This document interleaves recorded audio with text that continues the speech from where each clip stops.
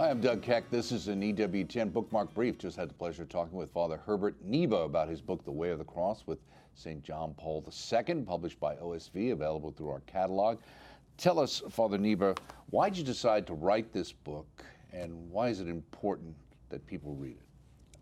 I decided to write this book based on, first of all, my experience growing up in the church province of Bamenda, where the Way of the Cross is a popular devotion during Lent and also out of it. But secondly, I wrote this book with St. John Paul II because I had two appointments as two pastoral placements as a priest after my ordination, which made me reflect and teach on the life of John Paul, both in the context of theology and also philosophy. So from that perspective, I'm trying to give a new impetus to this traditional devotion of the church, which is the Way of the Cross, by using incidents from the life of John Paul II and also excerpts from his work.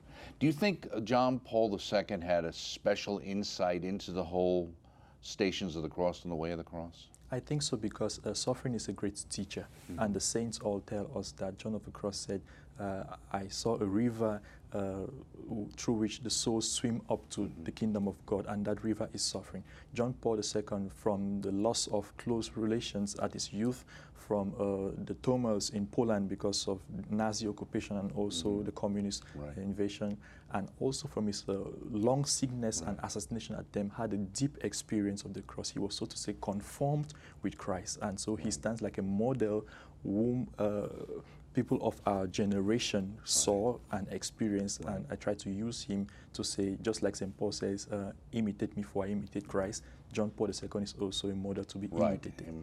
Emblematic of redemptive suffering. Very good. Thank you so much, Father. Herbert Niba is the author of the book, The Way of the Cross, with St. John Paul II, available through our religious catalog. Look for the entire interview coming soon on the network. This has been an EWTN Bookmark Brief. We appreciate you stopping by. We'll see you next time.